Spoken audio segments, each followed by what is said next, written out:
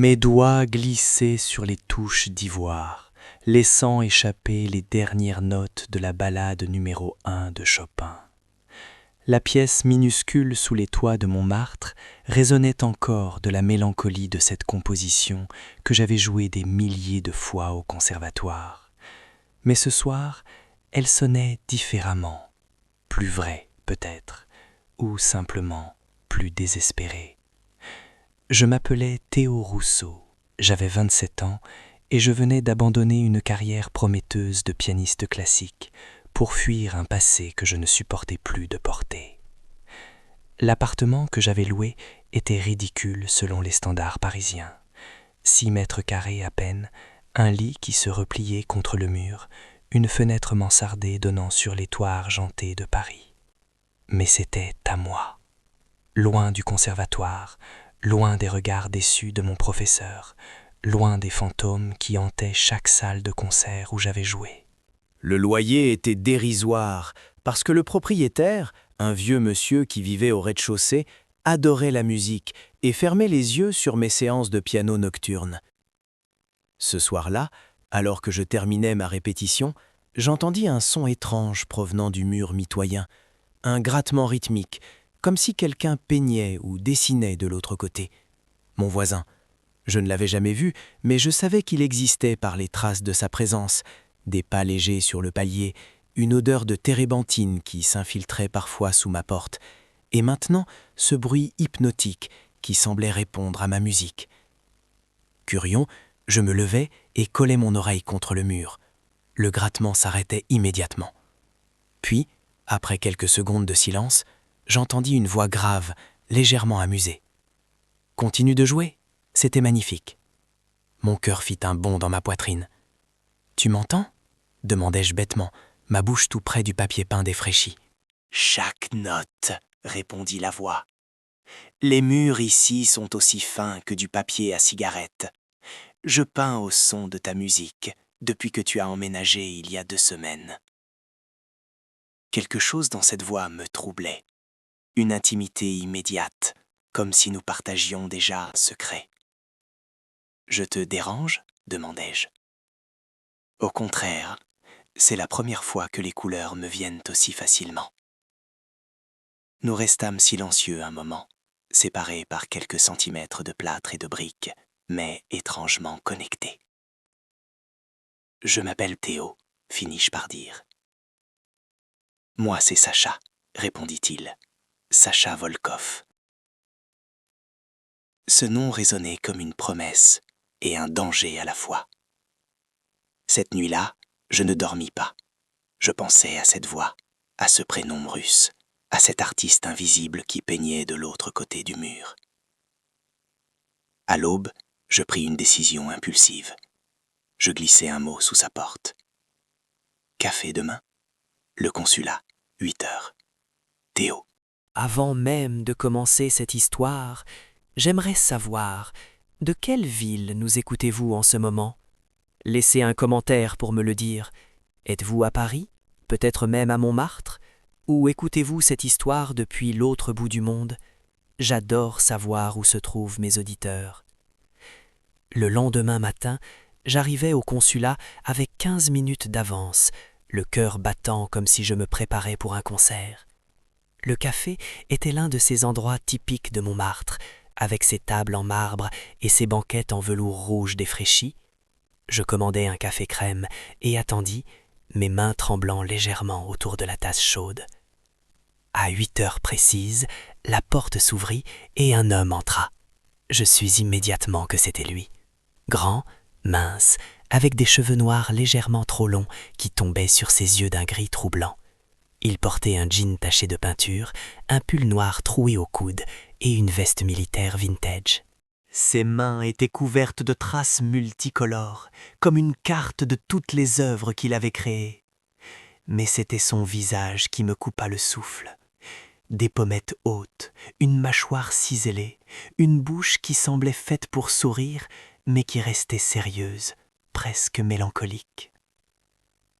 Nos regards se croisèrent et quelque chose passa entre nous. Une reconnaissance immédiate, comme si nos âmes s'étaient déjà rencontrées dans une autre vie. Théo demanda-t-il, sa voix encore plus belle en personne qu'à travers le mur. Sacha, répondis-je, me levant maladroitement et renversant presque ma tasse. Merci d'être venu. Il s'assit en face de moi, ses longues jambes se pliant sous la petite table. Comment aurais-je pu refuser ? Tu joues du Chopin comme si tu avais connu personnellement ses chagrins. Ces mots me transpercèrent. Personne n'avait jamais compris ma musique de cette manière.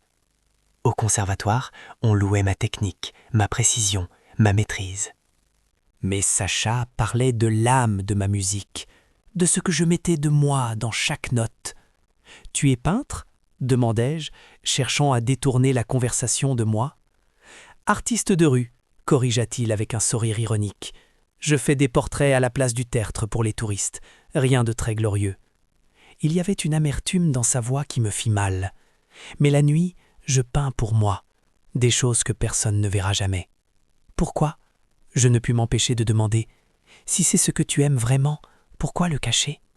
Son regard se durcit légèrement. Parce que montrer son âme au monde, c'est lui donner le pouvoir de la détruire. Nous restâmes silencieux, le poids de ses paroles flottant entre nous comme une confession involontaire. Le serveur vint prendre la commande de Sacha, nous laissant un moment de répit. Quand il repartit, Sacha se pencha légèrement vers moi, ses yeux gris plongeant dans les miens. « Et toi ?» Un pianiste du conservatoire qui vit dans un taudis à Montmartre. Tu fuis quelque chose aussi ? Mon sang se glaça. Comment pouvait-il savoir pour le conservatoire ? Tu m'as cherché sur Internet, dis-je, à mi-chemin entre l'accusation et la constatation. J'ai vu ton nom sur ton courrier dans l'entrée, admit-il sans honte. Théo Rousseau.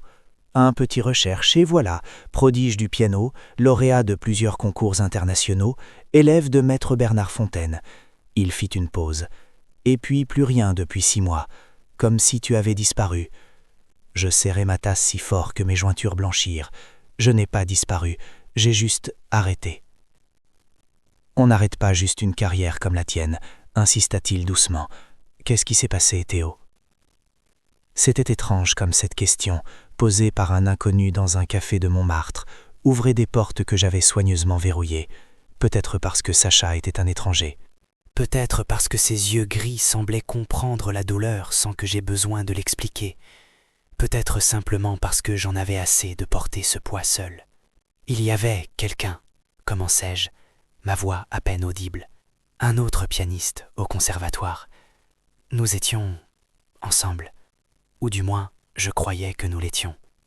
Sacha hocha la tête, m'encourageant à continuer sans un mot. Il s'appelait Vincent. Nous étions les 2 meilleurs élèves de notre promotion. Tout le monde savait qu'un seul de nous serait choisi pour le prestigieux concours Chopin à Varsovie. La compétition était féroce, mais je pensais que notre amour était plus fort que ça. Je pris une grande inspiration, les souvenirs remontant à la surface comme des noyers. La veille de l'annonce, Vincent est venu chez moi. Nous avons passé la nuit ensemble. Il m'a dit qu'il m'aimait, que peu importait qui serait choisi, nous resterions ensemble. Le lendemain, quand ils ont annoncé mon nom, j'ai cherché Vincent dans la salle. Il n'était pas là. « Il est parti ?» demanda Sacha, ses sourcils froncés. Pire, il a commencé une campagne de diffamation contre moi. Il a répandu des rumeurs, dit que j'avais couché avec Maître Fontaine pour obtenir la place, que ma technique était médiocre, que je ne méritais pas cette chance. Ma voix se brisa. Et les gens l'ont cru. Parce que Vincent était charmant, populaire. Et moi, j'étais juste le pianiste solitaire qui passait plus de temps avec son instrument qu'avec ses camarades. Sacha tendit sa main à travers la table et prit la mienne. Le contact de sa peau contre la mienne envoya une décharge électrique dans tout mon corps. « Je suis désolé », dit-il simplement. Pas de platitude, pas de « ça va aller », juste une empathie brute et honnête. J'ai renoncé au concours, continuai-je. Je ne pouvais plus supporter les regards, les chuchotements. Alors j'ai tout quitté. Le conservatoire, ma carrière, ma vie. Et je me suis retrouvé ici, dans cet appartement minuscule, à jouer du piano pour les murs. Et pour moi, ajouta Sacha avec un léger sourire, Tu joues aussi pour moi maintenant ?» Ce sourire changea quelque chose en moi. Pour la première fois depuis des mois, je sentis une légère chaleur se répandre dans ma poitrine, comme si le printemps revenait après un hiver interminable. « Parle-moi de toi, demandai-je, de ta peinture, de pourquoi tu te caches. » L'ombre revint dans ses yeux. « C'est une longue histoire. J'ai tout mon temps ?» Il étudia mon visage pendant un long moment, comme s'il essayait de décider si je méritais sa confiance. Finalement, il soupira. « Je viens de Saint-Pétersbourg. Mon père était un artiste connu là-bas, un peintre réaliste socialiste qui glorifiait le régime. Moi, je voulais peindre autre chose, des choses vraies, des émotions, pas de la propagande. » Ils ne l'ont pas bien pris, devinai-je. Mon père moins que tous les autres. Il m'a dit que j'étais une honte pour la famille, que mon art était décadent, occidental, dégénéré. Sacha cracha ce dernier mot comme s'il avait un goût amer. Mais ce n'était pas vraiment l'art le problème. C'était moi, ce que je suis. Il n'eut pas besoin d'en dire plus. Je comprenais. Tu es parti. J'ai fui. Il y a 3 ans. Avec juste un sac à dos et quelques toiles. Paris m'a semblé être le bon endroit. La ville de l'art, de la liberté, de l'amour. Son rire était cynique. Quelle blague. Ici aussi, il faut se cacher. Différemment, peut-être. Mais quand on vend des portraits aux touristes pour survivre, on ne peut pas se permettre d'être différent. Nos histoires se reflétaient l'une dans l'autre, comme 2 miroirs brisés. 2 hommes fuyant leur passé, cachant qui ils étaient vraiment, vivant dans des boîtes minuscules sous les toits de Montmartre. On pourrait se cacher ensemble, dis-je impulsivement. Les mots sortirent avant que je puisse les retenir. Sacha leva les yeux, surpris. « Qu'est-ce que tu veux dire ?»« Je veux dire, je cherchais mes mots. Nous sommes déjà voisins. Nous partageons déjà un mur. Pourquoi ne pas, je ne sais pas, dîner ensemble parfois, parler, ne plus être seul ?» Un sourire lent, magnifique, éclaira son visage. « J'aimerais ça, Théo Rousseau. J'aimerais beaucoup ça. » Ce fut le début de tout. Ce premier café se transforma en petit déjeuner, puis en déjeuner, puis en dîner improvisé dans l'un ou l'autre de nos appartements. Sacha cuisinait des plats russes que sa grand-mère lui avait appris, borsch, pelmeni, blinis. Moi, je jouais pour lui pendant qu'il peignait, nos arts se mêlant dans l'espace étroit de nos vies. Les semaines passèrent, et notre amitié s'approfondit de manière que je n'aurais jamais pu imaginer. Sacha me montrait Paris à travers ses yeux d'artiste, les lumières dorées de l'aube sur la Seine, les coins cachés de Montmartre que les touristes ne voyaient jamais, les petits cafés où les vrais artistes se retrouvaient encore. En retour, je l'emmenais dans des concerts de musique classique, lui montrant comment la musique pouvait raconter des histoires que les mots ne pouvaient pas capturer. Mais sous cette amitié grandissante, il y avait quelque chose d'autre, une tension électrique qui crépitait chaque fois que nos mains se frôlaient accidentellement, un regard qui durait un peu trop longtemps, une respiration qui se coupait quand l'autre entrait dans la pièce. Nous dansions autour de cette attirance sans jamais la nommer, terrifiés de briser l'équilibre fragile que nous avions construit. Un soir, environ 2 mois après notre première rencontre, je frappais à la porte de Sacha avec une bouteille de vin. Il était tard, presque minuit, mais je savais qu'il serait réveillé. Sacha ne dormait jamais avant l'aube. Quand il ouvrit la porte, je fus frappé par son apparence. Ses cheveux étaient en bataille, il avait de la peinture sur le visage, et ses yeux gris brillaient d'une intensité fébrile. « Théo ?» dit-il, surpris. « Qu'est-ce qui se passe ?»« Je ne pouvais pas dormir, » répondis-je, « et je me suis dit que tu ne dormais probablement pas non plus. » Il s'écarta pour me laisser entrer. Son appartement était le reflet du mien, mais transformé en studio d'artiste. Des toiles étaient empilées contre chaque mur, certaines terminées, d'autres à peine esquissées. L'odeur de térébenthine et de peinture à l'huile était si forte qu'elle me fit tourner la tête. Mais c'était la toile sur son chevalet qui retint mon attention. C'était moi, ou plutôt une version de moi que je ne reconnaissais pas. Je jouais du piano, mes mains suspendues au-dessus des touches, ma tête penchée en arrière, mes yeux fermés. Mais ce n'était pas la technique qui me troublait. C'était l'émotion. Sacha avait capturé quelque chose dans cette peinture que je n'avais jamais vu dans mon propre miroir. Une beauté tragique, une vulnérabilité brute, une passion qui brûlait sous ma peau. « C'est moi ?» demandai-je, ma voix à peine un murmure. Sacha s'approcha de moi par derrière, si près que je pouvais sentir la chaleur de son corps. « C'est comme je te vois », répondit-il doucement. « Chaque fois que tu joues, chaque fois que tu penses que personne ne te regarde. » Je me tournai pour lui faire face et réalisai à quel point nous étions proches. Quelques centimètres à peine nous séparaient. Je pouvais voir chaque nuance de gris dans ses yeux, chaque tache de peinture sur sa peau, chaque imperfection qui le rendait terriblement, magnifiquement humain. « Sacha » commençai-je, sans savoir comment finir la phrase. Mais je n'eus pas besoin de continuer. Il posa sa main sur ma joue, ses doigts tachés de peinture, laissant probablement des traces sur ma peau. « Arrête-moi si tu ne veux pas ça », murmura-t-il. Puis il se pencha et pressa ses lèvres contre les miennes. Le monde s'arrêta. Chaque pensée, chaque peur, chaque doute s'évanouit dans ce baiser. Ses lèvres étaient douces mais insistantes, goûtant le vin et quelque chose de plus sombre, de plus profond. Mes mains trouvèrent son visage, puis ses cheveux, l'attirant plus près, comme si je pouvais le fondre en moi. Le baiser s'approfondit, devint plus urgent, plus désespéré. Toutes ces semaines de désir non avoué explosèrent entre nous. Quand nous nous séparâmes finalement, tous les deux à bout de souffle, Sacha pressa son front contre le mien. J'ai voulu faire ça depuis le premier jour, avoua-t-il, depuis que j'ai entendu ta musique à travers le mur. Moi aussi, confessai-je, mais j'avais peur. Après Vincent, j'ai juré de ne plus jamais. Je ne suis pas lui, m'interrompit Sacha fermement. Je ne sais pas ce que nous sommes, Théo. Je ne sais pas où ça va nous mener.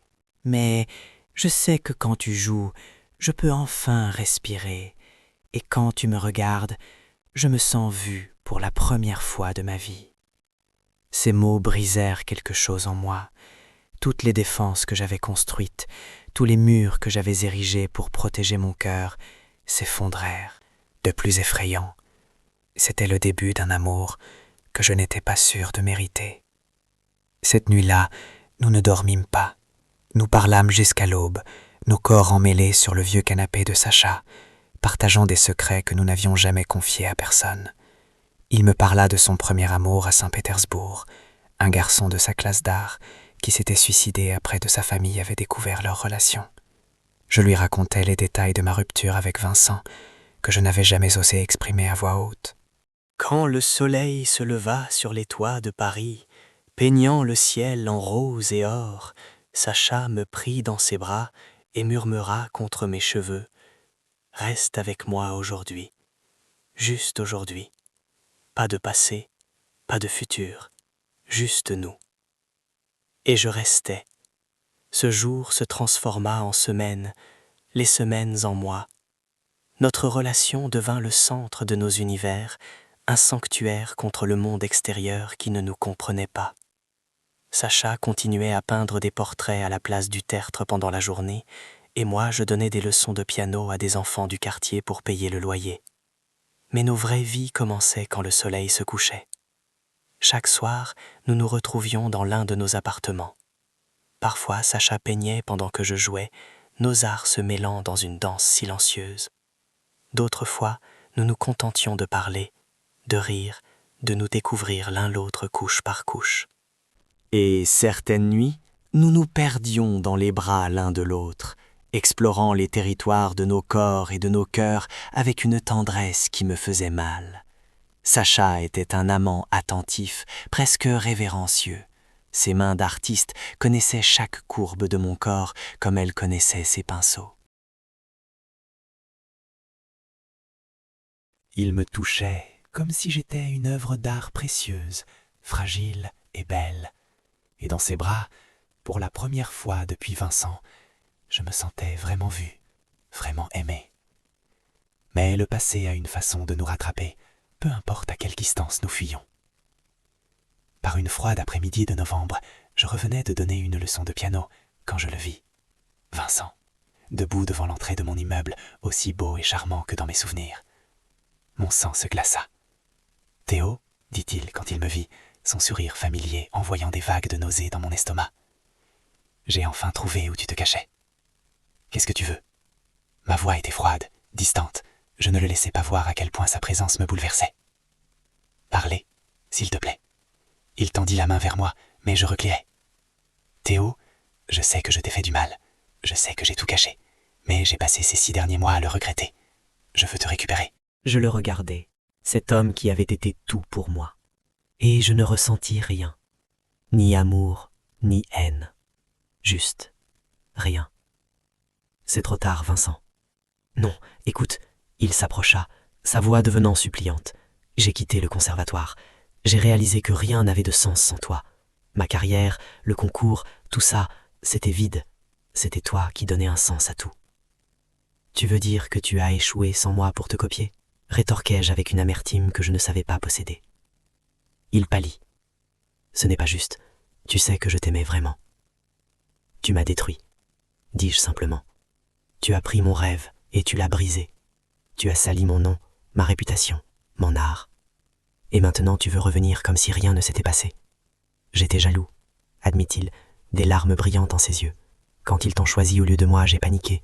J'ai tout fait pour te faire du mal parce que j'avais tellement mal moi-même, mais j'ai compris maintenant. Je t'aime, Théo. Je n'ai jamais cessé de t'aimer. Avant que je puisse répondre, j'entendis des pas dans l'escalier derrière moi. Je me retournai pour voir Sacha descendre, ses yeux gris passant de moi à Vincent, avec une expression indéchiffrable. « Tout va bien ?» demanda-t-il, sa voix calme mais tendue. Vincent le regarda, puis me regarda, et quelque chose dans son expression changea. Compréhension, puis quelque chose de plus sombre. « C'est lui ?» demanda-t-il. « C'est pour lui que tu ne veux pas me reprendre ?» Je sentis Sacha se raidir à mes côtés. Notre relation était encore si nouvelle, si fragile.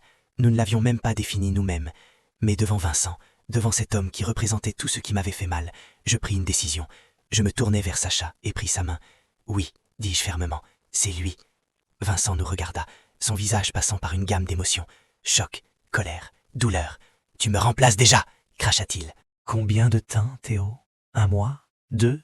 Qui est-ce ? Un autre pianiste qui va te trahir ? » « C'est assez, » intervint Sacha, sa voix basse mais dangereuse. « Tu dois vraiment partir maintenant. » « Qui es-tu pour me dire ce que je dois faire ?»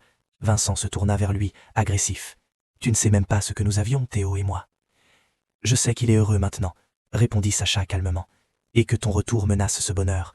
Alors oui, je te demande de partir. » Vincent nous regarda tous les deux, sa mâchoire serrée. « Tu fais une erreur, Théo. Ce type, peu importe qui il est, il ne te comprendra jamais comme je te comprenais. Il ne pourra jamais partager ta passion pour la musique. Il partage quelque chose de plus important, dis-je doucement. Il partage ma douleur, et contrairement à toi, il ne l'utilise pas contre moi. » Les épaules de Vincent s'affaissèrent. Pour la première fois, il semblait vraiment voir l'homme que j'étais devenu. Pas le Théo qu'il avait connu au conservatoire, mais quelqu'un de différent, quelqu'un de plus fort. « Je vois, » dit-il finalement. « Je suppose que j'ai vraiment tout perdu. » Il se tourna pour partir, mais s'arrêta à mi-chemin. Sans se retourner, il ajouta « Pour ce que ça vaut, je suis désolé. Vraiment désolé pour tout. » Puis il disparut dans la rue, et avec lui le dernier fantôme de mon passé. Je restais immobile, tenant toujours la main de Sacha, réalisant pleinement ce que je venais de faire. Je l'avais choisi, publiquement, sans hésitation. « Théo, » commença Sacha doucement, « ce que tu as dit... » « Je le pensais, » l'interrompis-je. « Chaque mot. Je ne sais pas ce que nous sommes exactement, Sacha. Je ne sais pas où ça va. Mais je sais que quand je suis avec toi, je n'ai plus besoin de me cacher. » Il me tira dans ses bras, me serrant si fort que je pouvais à peine respirer. « Je t'aime, » murmura-t-il contre mes cheveux. Je ne l'ai jamais dit à personne. « Mais je t'aime, Théo Rousseau, depuis le premier jour où j'ai entendu ta musique. » Mon cœur explosa dans ma poitrine. « Je t'aime aussi, » répondis-je, les mots sortant plus facilement que je ne l'aurais cru possible. Tellement que ça me fait peur. Avant de continuer avec la suite de l'histoire, j'aimerais savoir, est-ce que vous aimez cette histoire jusqu'à présent ? Laissez une note de 0 à 10 dans les commentaires. Votre avis est vraiment important pour moi et m'aide à créer un meilleur contenu pour vous. Cette nuit-là marqua un tournant dans notre relation. Nous ne nous cachions plus, même dans notre propre quartier. Nous marchions main dans la main dans les rues de Montmartre, nous embrassions sous les lampadaires, nous vivions ouvertement l'amour que nous partagions. Certains voisins nous regardaient bizarrement, d'autres détournaient le regard, mal à l'aise. Mais il y avait aussi ceux qui souriaient, qui nous encourageaient d'un geste ou d'un mot gentil. Un soir, environ 3 mois après la confrontation avec Vincent, Sacha rentra de la place du Tertre avec une expression étrange sur le visage. « Qu'est-ce qui ne va pas ?» demandai-je immédiatement, reconnaissant cette ombre dans ses yeux. Il s'assit lourdement sur le canapé, se prenant la tête entre les mains. « Un galériste est venu aujourd'hui. Il a vu mes portraits, et il veut voir mes vraies œuvres. Il veut m'exposer. » Mon cœur bondit de joie. « Sacha, c'est merveilleux, c'est exactement ce que tu... » « Non, m'interrompit-il sèchement, ce n'est pas merveilleux, c'est terrifiant. » Je m'agenouillai devant lui, prenant ses mains dans les miennes. « Pourquoi? C'est ta chance, ton art mérite d'être vu. »« Mon art révèle qui je suis, » dit-il, me regardant avec des yeux remplis de peur. « Chaque toile que j'ai peinte ici à Paris, c'est nous, Théo. C'est mon amour pour toi, ma douleur, mes désirs. Si j'expose, tout le monde saura. Mon père saura. » Les gens en Russie sauront. Je compris soudain l'ampleur de sa terreur. Pour moi, sortir du placard avait été difficile, mais gérable. Ma famille française était libérale, compréhensive. Mais Sacha venait d'un monde différent, où être gay pouvait encore coûter la vie. « Tu n'es pas obligé de le faire, dis-je doucement, si c'est trop dangereux. »« Mais je veux le faire, m'interrompit-il, sa voix brisée par l'émotion. Pour la première fois depuis que j'ai quitté la Russie, je veux montrer mon vrai travail. Je veux que le monde voie ce que je vois quand je te regarde. Je veux être fier de qui je suis. » Ces mots me transpercèrent. Je savais exactement ce que cela signifiait. Moi aussi, j'avais abandonné ma carrière par peur. Moi aussi, j'avais caché mon vrai moi pendant si longtemps. « Alors fais-le, dis-je fermement, et je serai à tes côtés, quoi qu'il arrive. » Les semaines suivantes furent un tourbillon de préparation. Le galériste, un homme nommé Jean-Pierre Dubois, tomba amoureux du travail de Sacha. Il organisa une exposition pour le mois de mars, dans une petite mais prestigieuse galerie du Marais. Sacha travaillait jour et nuit, créant de nouvelles pièces, perfectionnant les anciennes. Et moi, je le soutenais de la seule façon que je connaissais, en jouant pour lui. Quelque chose d'étrange se produisit pendant cette période. En jouant pour Sacha, en regardant mon amour se transformer en art sous ses pinceaux, je recommençais à ressentir cette vieille flamme, cette passion pour la musique que j'avais cru morte. Un soir, alors que Sacha peignait, je me surpris à improviser sur le piano, créant des mélodies que je n'avais jamais jouées auparavant. Des compositions originelles, nées de mon amour pour lui, de notre vie ensemble. Sacha arrêta de peindre et se tourna vers moi, les yeux brillants. « C'était quoi ça ?»« Je ne sais pas, admis-je, aussi surpris que lui. Ça m'est juste venu. » C'était magnifique. Il s'approcha du piano, s'asseyant à côté de moi sur le petit banc. « Tu devrais composer, Théo. Tu devrais créer ta propre musique, au lieu de toujours jouer celle des autres. » L'idée me terrifia et m'excita en même temps. Créer ma propre musique signifiait mettre mon âme à nu, tout comme Sacha le faisait avec sa peinture. Cela signifiait être vulnérable, authentique, vrai. Et si ce n'est pas assez bon, murmurai-je, mes vieux doutes remontant à la surface. Alors ce sera toujours plus vrai que tout ce que tu as joué avant, répondit Sacha, parce que ce sera toi, le vrai toi. Ces mots furent le catalyseur dont j'avais besoin. Je commençai à composer sérieusement, créant des pièces qui racontaient notre histoire, notre rencontre à travers le mur, notre premier café, notre premier baiser, notre amour grandissant sous les toits de Montmartre. Chaque composition était un morceau de mon cœur, mis en musique. Le vernissage de l'exposition de Sacha approchait rapidement. La nervosité de Sacha grandissait chaque jour. Il dormait à peine, mangeait peu, se perdait dans son travail avec une intensité qui m'inquiétait. La veille de l'ouverture, je le trouvais dans son atelier à 3 heures du matin, fixant une toile vide, un pinceau immobile dans sa main tremblante. « Sacha, dis-je doucement, m'approchant de lui, tu as besoin de dormir ?»« Je ne peux pas, répondit-il, sa voix rauque de fatigue. Demain, tout va changer. Soit mon art sera accepté, et je pourrai enfin être moi-même, soit il sera rejeté, et je saurai que le monde n'a pas de place pour des gens comme nous. » « Ce n'est pas vrai, argumentai-je, posant mes mains sur ses épaules tendues. Le monde change, Sacha. Lentement, mais il change, et ton art est assez puissant pour accélérer ce changement. » Il se tourna pour me faire face, ses yeux rouges de larmes non versées. « Et si mon père voit, et s'il vient ici et... » « Alors, il verra à quel point son fils est talentueux, l'interrompis-je fermement.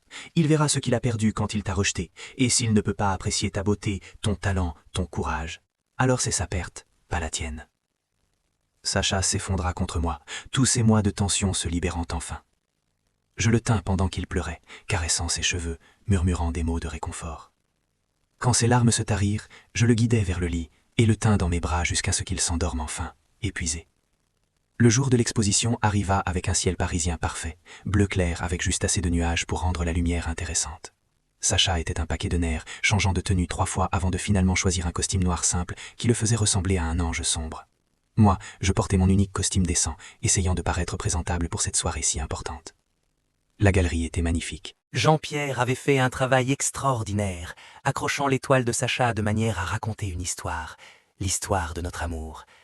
Il y avait des peintures de Montmartre au coucher du soleil, de nos appartements minuscules, de moi jouant du piano. Mais la pièce centrale était une grande toile qui occupait tout le mur du fond. Nous deux, enlacés sur un toit parisien, la ville s'étendant à l'infini derrière nous, peinte dans des tons de bleu et d'or qui donnaient l'impression que nous étions les seules personnes réelles dans un monde de rêve. « C'est nous », murmurai-je, fixant la peinture avec émerveillement. « C'est comme je nous vois », corrigea Sacha, « comme je veux que le monde nous voie, beau, libre, digne d'être aimé. » Les invités commencèrent à arriver, des collectionneurs d'art, des critiques, des artistes locaux, des curieux. Je regardais Sacha naviguer dans la foule, expliquant ses œuvres, acceptant les compliments avec une grâce nerveuse. Mon cœur gonflait de fierté. C'était mon homme, mon amour, exposant son âme pour que tous puissent la voir. Puis je la vis, une femme élégante d'environ 60 ans, debout devant la grande toile centrale, les larmes coulant silencieusement sur ses joues. Il y avait quelque chose de familier dans les traits de son visage, dans la couleur de ses yeux. Je m'approchai de Sacha et murmurai « Qui est cette femme ?» Sacha suivit au regard et devint blanc comme un linge. « Maman » souffla-t-il. « C'est ma mère. » Avant que je puisse réagir, la femme se tourna et vit Sacha. Leurs regards se croisèrent à travers la salle bondée. Pendant un long moment, ni l'un ni l'autre ne bougea. Puis, lentement, elle s'approcha. « Sacha » dit-elle en russe, sa voix tremblante. « Mon fils, comment as-tu... » commença Sacha. Puis s'arrêta, incapable de finir sa phrase. « Jean-Pierre est un vieil ami, » expliqua-t-elle dans un français teinté d'un fort accent russe. Quand il m'a dit qu'il exposait un jeune artiste russe nommé Sacha Volkov, j'ai su que c'était toi. Je devais venir. Père sait que tu es ici ? La voix de Sacha était dure, défensive. Elle secoua la tête. Ton père et moi ne sommes plus ensemble depuis 1 an. Quand tu es parti, quelque chose en moi s'est brisé. J'ai réalisé que j'avais choisi un homme qui ne pouvait pas aimer notre fils pour qui il était vraiment. J'ai fait le mauvais choix, Sacha, et j'en ai payé le prix chaque jour depuis. Les larmes coulaient maintenant librement sur le visage de Sacha. Pourquoi maintenant, après 3 ans ? Parce que je t'ai cherché, dit-elle simplement, partout, à Londres, à Berlin, à Amsterdam. Je ne savais pas que tu étais à Paris, mais maintenant je t'ai trouvé, et je vois. Elle regarda autour d'elle les peintures, puis moi. Je vois que tu as trouvé ta maison, et ton amour. Je me présentais, tendant la main. Je suis Théo, Théo Rousseau. Elle prit ma main dans les siennes, me regardant avec des yeux qui étaient exactement comme ceux de Sacha. Je sais qui tu es. Tu es dans chaque peinture. Tu es ce qui a sauvé mon fils. C'est lui qui m'a sauvé, corrigeai-je doucement. La soirée se transforma en quelque chose que je n'aurais jamais pu prédire. La mère de Sacha resta, parlant avec son fils, reconstruisant lentement les ponts qui avaient été brûlés. Les critiques d'art parlaient en termes élogieux du travail de Sacha. Plusieurs collectionneurs firent des offres. Mais plus important encore, les gens voyaient. Ils voyaient l'amour que Sacha avait capturé dans ses toiles. Ils voyaient la beauté de notre histoire. Et la plupart, pas tous, mais la plupart, la célébraient. Vers la fin de la soirée, alors que la foule commençait à se disperser, Jean-Pierre s'approcha de nous avec un grand sourire. « Sacha, Théo, j'ai une nouvelle incroyable. Non seulement nous avons vendu presque toutes les œuvres, mais j'ai été contacté par la direction du musée d'art moderne. Ils veulent acquérir la pièce centrale pour leur collection permanente. » Sacha me regarda, incrédule. « Tu plaisantes ? » ?»« Pas du tout. Ton travail a touché quelque chose en eux. Ils disent que c'est l'une des représentations les plus honnêtes et puissantes de l'amour qu'ils ont vues depuis longtemps. » Cette nuit-là, après que tout le monde soit parti, Sacha et moi retournâmes à Montmartre. Nous montâmes sur le toit de notre immeuble, un endroit que nous avions découvert ensemble des mois auparavant. Paris s'étendait devant nous, scintillant dans la nuit comme dans la peinture de Sacha. « Je n'arrive pas à croire que c'est réel, » dit Sacha, sa tête reposant sur mon épaule. « L'exposition, Ma mère, tout ça. C'est réel, lui assurai-je. Tu l'as rendu réel en ayant le courage de montrer ton vrai toi. Il se tourna pour me faire face, ses yeux gris reflétant les lumières de la ville. Et toi, quand vas-tu avoir le courage de montrer ton vrai toi au monde? La question me prit par surprise. Qu'est-ce que tu veux dire? Je ne me cache plus. Pas ton amour pour moi, précisa-t-il. Ta musique, tes compositions. Tu crées des choses magnifiques, Théo, mais tu les gardes cachées dans notre petit appartement. Le monde mérite de les entendre. Sa foi en moi était à la fois terrifiante et inspirante. Je ne sais pas si je suis prêt. Tu ne le sauras jamais si tu n'essaies pas. Il prit mon visage entre ses mains. Regarde ce qui s'est passé quand j'ai pris ce risque. Oui, c'était terrifiant. Oui, je tremblais de peur. Mais maintenant je me sens libre pour la première fois de ma vie. Ces mots résonnèrent en moi pendant des jours. Finalement, je pris ma décision. J'appelai Maître Fontaine, mon ancien professeur au conservatoire. La conversation fut difficile au début, pleine de silences gênés et d'excuses mutuelles. Mais quand je lui parlais de mes compositions, de ma nouvelle musique, née de l'amour et de la douleur, il voulut l'entendre. Je jouais pour lui dans son studio privé, mes doigts tremblants au début, puis trouvant leur assurance alors que la musique coulait de moi. Sacha était assis dans un coin, me regardant avec ses yeux qui me donnaient la force de continuer. Quand la dernière note s'évanouit, Maître Fontaine resta silencieux pendant un long moment. « Théo, dit-il finalement, sa voix chargée d'émotion. Dans toutes les années où je t'ai enseigné, je t'ai vu jouer parfaitement, mais c'est la première fois que je t'entends jouer avec ton âme. Cette musique, c'est vraiment toi. » Il organisa un récital pour moi au conservatoire. Un petit événement, rien de grandiose, juste une chance de partager ma musique avec le monde. La date fut fixée pour le mois de juin, juste assez de temps pour me préparer et paniquer complètement. Les mois entre l'exposition de Sacha et mon récital furent parmi les plus heureux de ma vie. Notre amour grandissait et se renforçait chaque jour. Sa mère venait nous visiter régulièrement, construisant lentement une nouvelle relation avec son fils. Le travail de Sacha était maintenant reconnu, lui permettant de quitter la place du tertre et de se concentrer sur sa vraie peinture. Et moi, je créais, je composais, je me redécouvrais en tant qu'artiste. Le soir de mon récital arriva trop vite. Je me tenais dans les coulisses du conservatoire, le cœur battant si fort que je pensais qu'il allait sortir de ma poitrine. Sacha était là, tenant ma main, m'ancrant à la réalité. « Tu es prêt ?» dit-il doucement. « Ta musique est prête. Tout ce que tu as à faire, c'est laisser le monde la entendre. Et s'il ne l'aime pas, et si... » « Alors ils seront idiots ?» m'interrompit-il avec un sourire. « Mais ça n'arrivera pas. Fais-moi confiance. » Je l'embrassai. Ne me soucions pas de qui pourrait voir. « Je t'aime » murmurai-je contre ses lèvres. « Je t'aime aussi. Maintenant va. Va leur montrer ce que tu es vraiment. » Je montai sur scène, m'asseyant devant le grand piano noir. La salle était pleine, pas seulement d'étudiants et de professeurs, mais aussi d'étrangers, d'amateurs de musique venus écouter ce nouveau compositeur. Je cherchais Sacha dans le public et le trouvai au premier rang, souriant, me donnant la force dont j'avais besoin. Mes doigts touchèrent les touches et la musique commença. Ce n'était pas Chopin, ce n'était pas Rachmaninoff, c'était moi. C'était notre histoire, mise en musique. La solitude de mes nuits à Montmartre, la première fois que j'avais entendu la voix de Sacha à travers le mur, notre premier café, notre premier baiser, notre premier « je t'aime ». Chaque note racontait notre histoire, chaque accord exprimait les émotions que les mots ne pouvaient pas capturer. Quand la dernière note s'évanouit dans le silence, je restais immobile, trop effrayé pour regarder le public. Puis, lentement, les applaudissements commencèrent. Pas polis, pas courtois, mais étonnants, sincères. Je levai les yeux pour voir des gens debout, applaudissant, certains avec des larmes sur les joues. Et Sacha, mon Sacha, qui applaudissait le plus fort de tous, son visage rayonnant de fierté et d'amour. Les critiques furent unanimes. Ma musique était révolutionnaire, profondément personnelle, l'œuvre d'un compositeur né. On me proposait des commissions, des concerts, des opportunités que je n'aurais jamais osé imaginer. Mais plus important que tout ça, j'avais trouvé ma voix. Non pas celle qu'on m'avait enseignée au conservatoire, mais la mienne propre, née de l'amour et de la douleur, et de tout ce qui m'avait rendu humain. 1 an après ce premier café au consulat, Sacha et moi nous tenions à nouveau sur le toit de notre immeuble. Mais cette fois, nous n'étions pas seuls. Sa mère était là, ainsi que Maître Fontaine, Jean-Pierre et quelques amis proches que nous avions collectés au fil de notre voyage. Entre nous, un simple contrat de Pax, le partenariat civil français. « Tu es sûr de ça ?» demanda Sacha, taquineur. T'engager avec un artiste fauché qui mange des céréales pour le dîner? Un artiste fauché dont les œuvres sont exposées au musée d'art moderne, corrigeai-je, et qui cuisine les meilleurs blinis de Paris. Et toi? Il me regarda sérieusement maintenant. Un compositeur prometteur qui pourrait avoir n'importe qui? Pourquoi choisir l'artiste fou de Montmartre? Je pris son visage entre mes mains, regardant dans ses yeux gris qui étaient devenus mon encre, mon foyer. Parce que tu m'as montré que fuir son passé n'est pas de la lâcheté, que se cacher n'est pas une solution. Que le vrai courage, c'est de montrer son âme au monde et d'accepter le risque d'être rejeté.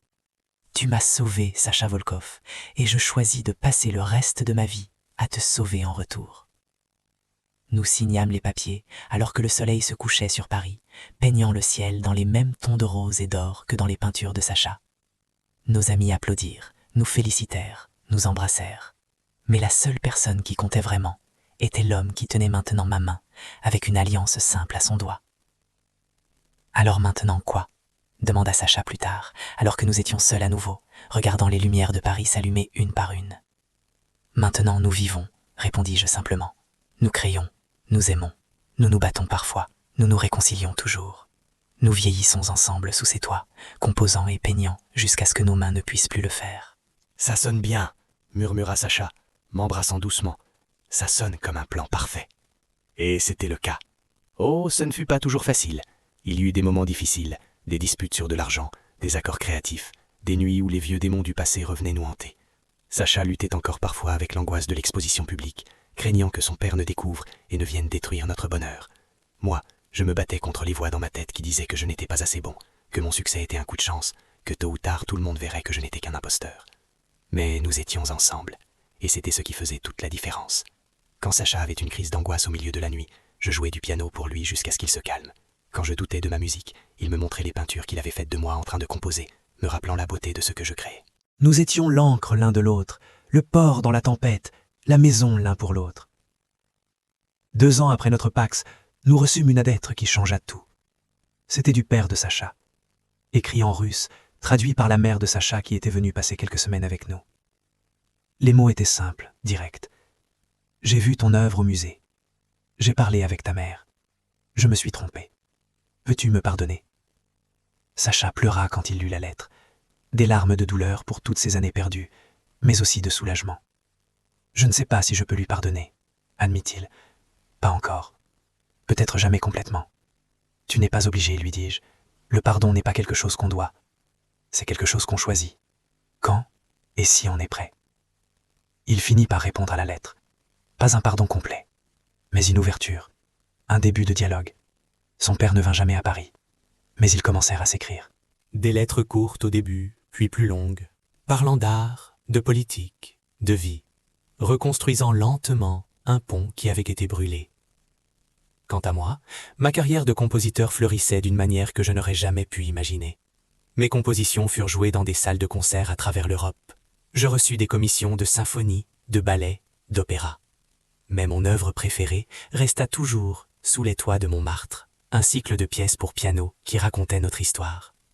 C'était la pièce que je jouais lors de chaque concert important, mon ode à l'amour qui m'avait sauvé. Sacha aussi continuait à prospérer. Ses expositions attiraient des foules de plus en plus grandes. Ses œuvres étaient collectionnées par des musées et des particuliers à travers le monde. Mais lui aussi restait fidèle à ses racines. Chaque été, il retournait à la place du Tertre pour une journée, peignant des portraits de touristes gratuitement, se rappelant d'où il venait. Nous ne quittâmes jamais nos petits appartements de Montmartre, même quand nous aurions pu nous permettre quelque chose de plus grand, de plus luxueux. Ces 6 mètres carrés chacun, séparés par un mur mince comme du papier, étaient notre sanctuaire. C'était là que tout avait commencé. C'était là que nous voulions que tout continue. 5 ans après notre rencontre, par une nuit d'hiver exceptionnellement froide, je me réveillai pour trouver Sacha absent de notre lit. Je le trouvais dans son atelier, travaillant sur une nouvelle toile. « Tu ne peux pas dormir ?» demandai-je, m'approchant de lui. « Regarde », dit-il simplement, se tournant pour que je puisse voir ce qu'il peignait. C'était nous, bien sûr, mais cette fois différemment. Nous étions plus vieux, nos cheveux commençant à grisonner, nos visages marqués par le temps. Mais nous étions toujours ensemble, toujours dans notre petit appartement sous les toits, toujours créant, toujours aimant. « C'est nous dans 20 ans, expliqua-t-il. J'ai eu ce rêve où nous étions vieux, toujours ici, toujours ensemble. et j'ai réalisé que c'était ce que je voulais. Pas le succès, pas la reconnaissance, pas l'argent. Juste toi et moi, vieillissant ensemble, créant jusqu'à notre dernier souffle. Je m'appuyais contre lui, regardant la peinture prendre forme. C'est tout ce que j'ai jamais voulu aussi. Alors c'est un plan, dit-il, embrassant le sommet de ma tête. Toi et moi, sous les toits de Montmartre, pour toujours. Et c'est exactement ce que nous fîmes. Les années passèrent, marquées non par les calendriers, mais par les créations. Chaque nouvelle composition que j'écrivais, chaque nouvelle toile que Sacha peignait, les rides qui apparaissaient autour de nos yeux, témoins de tous les rires que nous avions partagés, les cheveux gris qui remplaçaient lentement nos couleurs originales, Les mains qui devenaient moins agiles, mais qui tenaient toujours aussi fort l'une l'autre. Il y eut des moments de joie pure, la fois où ma symphonie fut jouée par l'orchestre de Paris, Sacha dans le public, pleurant de fierté. La rétrospective de Sacha au Centre Pompidou, moi à ses côtés, serrant sa main alors qu'il recevait une standing ovation. La réconciliation complète avec son père, des années après cette première lettre, le vieil homme venant finalement à Paris et nous acceptant, nous bénissant même. Il y eut aussi des moments de douleur, la mort de Maître Fontaine, l'homme qui m'avait donné une seconde chance. Je me souviens de ce jour où j'ai reçu l'appel. J'étais en pleine répétition pour un concert à Lyon quand le téléphone a sonné. Sa femme, la voix brisée, m'annonça qu'il était parti paisiblement dans son sommeil. Je me suis effondré. Maître Fontaine n'était pas juste mon professeur. Il avait été un père artistique, celui qui avait cru en moi même quand je ne croyais plus en moi-même. Sacha prit le premier train pour Lyon, laissant tout derrière lui pour être à mes côtés. Il me tint pendant que je pleurais, me rappelant toutes les leçons que Maître Fontaine m'avait enseignées, toutes les fois où il avait vu en moi ce que je ne pouvais pas voir. « Il serait fier de toi maintenant », me dit Sacha cette nuit-là, alors que nous étions allongés dans ma chambre d'hôtel. « Regarde ce que tu es devenu. Tout ça, c'est grâce à lui, mais aussi grâce à toi. » Aux funérailles, je jouais une de mes compositions, celle que j'avais dédiée à Maître Fontaine des années auparavant. Mes doigts tremblaient sur les touches, les larmes brouillant ma vision, mais la musique coulait à travers moi. C'était ma façon de dire au revoir, de remercier cet homme qui avait changé ma vie. Dans le public, Sacha pleurait aussi, ses yeux ne me quittant pas un instant, m'envoyant sa force, son amour. Puis vint la maladie de la mère de Sacha. Elle avait 68 ans quand on diagnostiqua le cancer. Agressif, avancé. Les médecins nous donnèrent 6 mois, peut-être 1 an. Sacha fut dévasté. Nous avions passé tant d'années à reconstruire leur relation, et maintenant le temps nous était compté. Nous prîmes la décision qu'elle viendrait vivre avec nous à Paris pour ces derniers mois. Notre petit appartement était ridiculement inadéquat pour 3 personnes, surtout avec une personne malade, mais nous nous débrouillâmes. Sacha dormait sur le canapé pour que sa mère puisse avoir le lit. Je cuisinais des soupes, des plats doux que son estomac ravagé par la chimio pouvait supporter. Les soirs, nous lui lisions des poèmes russes, Pouchkine et Akhmatova, ses favoris. Elle s'endormait au son de nos voix, un léger sourire sur ses lèvres malgré la douleur. Elle resta avec nous pendant 8 mois. 8 mois de combat contre la maladie, de moments de grâce volés entre les traitements, de conversations tard dans la nuit où elle nous parlait de sa jeunesse en Russie, de ses rêves, de ses regrets. « Je regrette seulement de ne pas vous avoir accepté plus tôt », nous dit-elle un soir, tenant nos mains dans les siennes, si fragiles maintenant. Toutes ces années perdues parce que j'avais peur. Quelle stupide. « Vous êtes ici maintenant », lui assura Sacha, sa voix tremblante. « C'est tout ce qui compte. » Elle mourut par une matinée de printemps, le soleil filtrant à travers notre fenêtre mansardée, peignant la pièce en or. Sacha était à ses côtés, tenant sa main, lui murmurant des mots d'amour en russe. Je jouais du piano doucement, une berceuse qu'elle adorait. Ces derniers mots furent pour Sacha. « Sois heureux, mon fils. Tu l'as trouvé, ton bonheur. Ne le lâche jamais. » Les semaines qui suivirent furent les plus sombres de notre vie ensemble. Sacha ne pouvait plus peindre, ne pouvait plus créer. Il restait assis pendant des heures, regardant dans le vide, prisonnier de son chagrin. Je ne savais pas comment l'aider, comment atteindre l'endroit sombre où il était tombé. Tout ce que je pouvais faire était être là, lui rappeler avec ma simple présence que je n'allais nulle part. Un soir, environ 1 mois après les funérailles, je le trouvai sur le toit, là où nous allions souvent. Il pleuvait, une pluie froide de printemps, et il était trempé jusqu'aux os.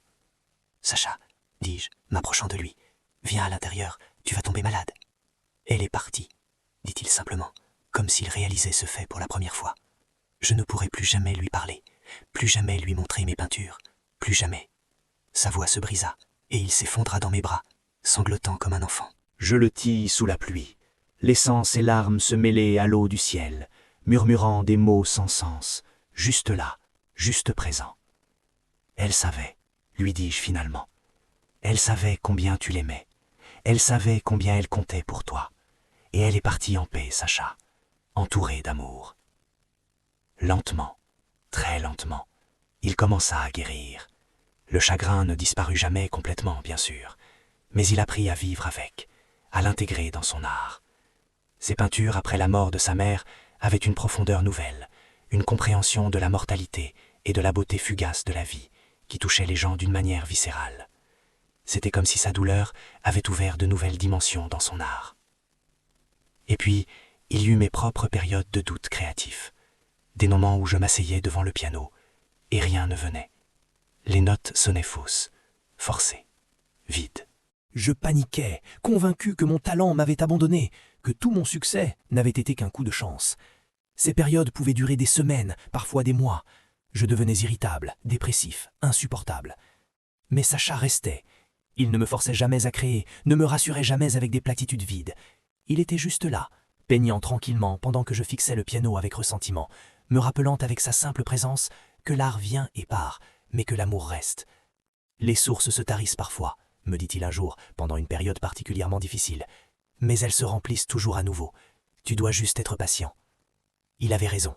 La musique revenait toujours, différente peut-être, mais plus vraie. Chaque période de sécheresse était suivie par une explosion de créativité qui produisait certaines de mes meilleures œuvres. J'appris à faire confiance au processus, à ne pas paniquer quand les notes ne venaient pas. J'appris que parfois, ne pas créer était aussi important que créer. Il y eut aussi des joies inattendues, comme la fois où nous avons été invités à donner une conférence ensemble à la Sorbonne sur l'intersection de la musique et de l'art visuel. Nous étions nerveux tous les deux, debout devant une salle pleine d'étudiants et de professeurs. Mais dès que nous avons commencé à parler, partageant notre processus créatif, montrant comment nos arts se nourrissaient l'un l'autre, quelque chose de magique s'est produit. Les gens étaient captivés, non seulement par notre travail, mais par notre histoire, par la preuve vivante que l'amour et l'art pouvaient coexister, se renforcer mutuellement. « Vous nous donnez de l'espoir », nous dit une jeune étudiante après la conférence, « de voir que deux personnes peuvent créer ensemble sans se détruire mutuellement, que l'amour ne doit pas tuer l'art. » Ces mots nous touchèrent profondément. Nous réalisâmes que notre histoire, notre vie ensemble, était devenue quelque chose de plus grand que nous. Nous étions devenus, sans le vouloir, des symboles, des preuves que l'amour authentique existe, que la différence peut être célébrée, que deux âmes brisées peuvent se guérir mutuellement. Il y eut aussi le jour où la France légalisa le mariage pour tous. Nous regardâmes les nouvelles ensemble, incrédules. « On pourrait se marier ?» dit Sacha, presque timidement. « Pour de vrai cette fois. » Je le regardais, cet homme qui avait partagé ma vie pendant plus de 10 ans maintenant. « Tu veux m'épouser ?» demandai-je, même si je connaissais déjà la réponse. « Chaque jour de ma vie, » répondit-il, « depuis le moment où j'ai entendu ta musique à travers le mur. » Nous nous mariâmes l'année suivante, dans une petite cérémonie au Sacré-Cœur à Montmartre. Le même prêtre qui avait béni notre pax officia. Il y avait seulement une dizaine de personnes, Jean-Pierre et quelques amis proches. Mais c'était parfait. Sacha portait un costume gris perle qui faisait ressortir ses yeux. Moi, j'avais choisi un costume bleu marine. Nous avions tous les deux des roses blanches à nos boutonnières. Quand vint le moment d'échanger nos vœux, je regardais dans les yeux de Sacha et je vis notre vie entière reflétée là. Toute la douleur que nous avions surmontée, toute la joie que nous avions créée ensemble, tout l'amour que nous avions construit, pierre par pierre, note par note. Sacha Volkov, commençai-je, ma voix tremblante d'émotion, tu m'as trouvé quand j'étais perdu. Tu m'as montré que le courage n'est pas l'absence de peur, mais agir malgré elle. Tu as transformé ma vie en quelque chose de beau. Je promets de passer le reste de mes jours à faire la même chose pour toi. Je promets de te tenir pendant les tempêtes et de danser avec toi sous le soleil. Je promets de t'aimer, aujourd'hui, demain et tous les jours qui suivront. Les larmes coulaient librement sur son visage quand il prononça ses vœux. Théo Rosso, dit-il, sa voix brisée mais forte. La première fois que j'ai entendu ta musique, j'ai su que j'avais trouvé mon âme sœur. Tu es mon inspiration, mon refuge, ma maison. Tu m'as appris qu'il est possible de guérir, de faire confiance à nouveau, d'aimer sans peur. Je promets de te protéger, de te chérir, de créer avec toi jusqu'à mon dernier souffle. Je promets d'être ton partenaire dans tout, les hauts et les bas, les triomphes et les échecs. Je t'aime plus que les mots ne peuvent le dire, plus que mes peintures ne peuvent le montrer. Tu es ma vie. Quand nous nous embrassâmes, scellant notre union, le monde entier sembla s'arrêter. Il n'y avait plus que nous deux, comme toujours, comme ce serait toujours. Mais à travers tout cela, nous étions ensemble. Notre amour, qui avait commencé dans la solitude et la peur, était devenu quelque chose de plus fort que l'acier, plus doux que la soie. Nous nous connaissions si bien que nous pouvions finir les phrases de l'autre. Nous nous disputions parfois, bien sûr, des disputes passionnées qui se terminaient toujours par des réconciliations encore plus passionnées. Mais nous ne nous sommes jamais abandonnés. Jamais. Maintenant, alors que je termine cette histoire, permettez-moi de vous demander une dernière fois. Avez-vous aimé ce voyage? Cette histoire de deux hommes qui se sont trouvés sous les toits de Montmartre, qui ont eu le courage d'aimer malgré le monde qui leur disait de se cacher? Laissez une note de 0 à 10 dans les commentaires. Et n'oubliez pas de vous abonner à la chaîne pour plus d'histoires comme celle-ci. Ce soir, je suis assis dans notre appartement. Les mêmes 6 mètres carrés où tout a commencé. Maintenant, 20 ans plus tard. Sacha est à côté de moi, ses cheveux complètement gris maintenant, mais ses yeux toujours du même gris troublant qui m'a fait tomber amoureux. Il peint, comme toujours, et moi, j'écris cette histoire, notre histoire, pour que le monde sache que l'amour existe, que l'amour vrai, profond, durable existe. Nous ne sommes plus les jeunes hommes brisés qui se sont rencontrés à travers un mur, nous sommes devenus quelque chose de plus fort ensemble. Sacha m'a appris à être courageux, à montrer mon vrai moi au monde sans avoir peur. Je lui ai appris que l'amour ne signifie pas forcément la douleur, que certaines personnes restent.